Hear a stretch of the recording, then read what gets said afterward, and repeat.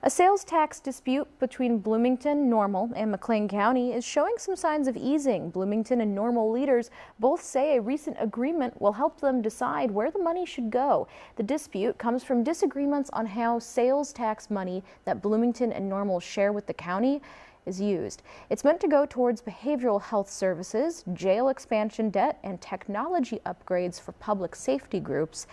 They recently agreed to hold the funds for 3 months starting in April. This means around $21 million will not be spent or any payments sent while an audit is done to look at how that money is used.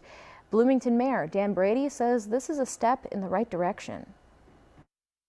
We look forward to that being a motivator for continued negotiations overall, and what needs to be done potentially to the intergovernment agreement, what changes need to be made after it's been in at least for a 10-year period in existence. Brady is looking forward to seeing what services are actually being provided for Bloomington residents and how much they cost. Normal's city manager, Pam Reese, says this new agreement is a chance to fine-tune the spending of these behavioral health funds that started accumulating in 2016.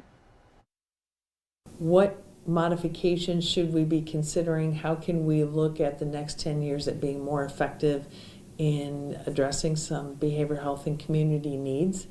And go from there. So it's good conversations that we're having with all three entities. McLean County and Normal's Town Council both agreed to that 3-month hold. Bloomington City Council is expected to vote on it next week.